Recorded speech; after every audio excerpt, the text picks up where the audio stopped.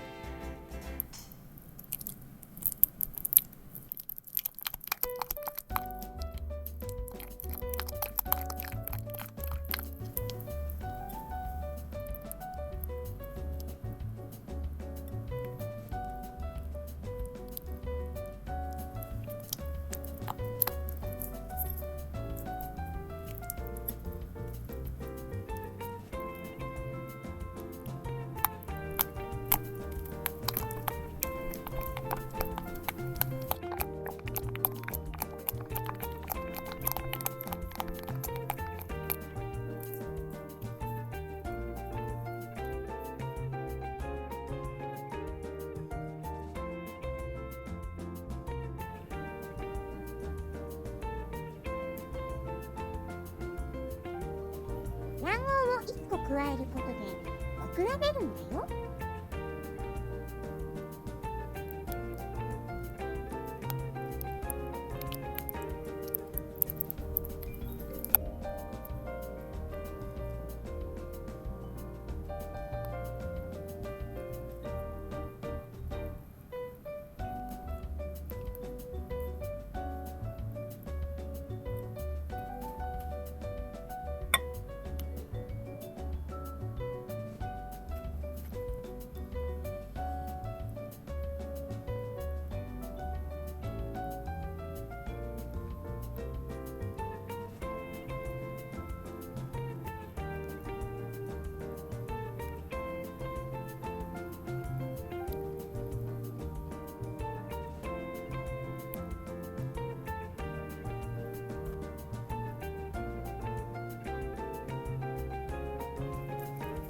生クリームは2回に分けて加えてよく混ぜてね。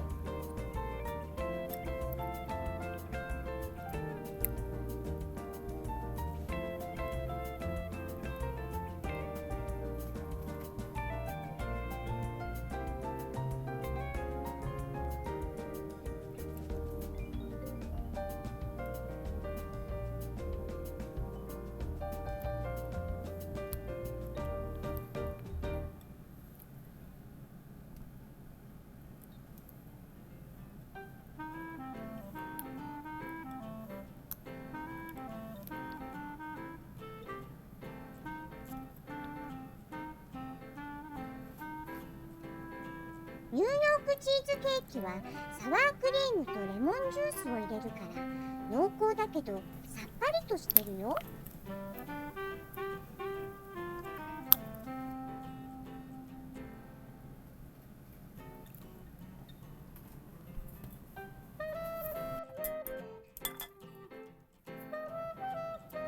より滑らかに仕上げるために生地をこしてね。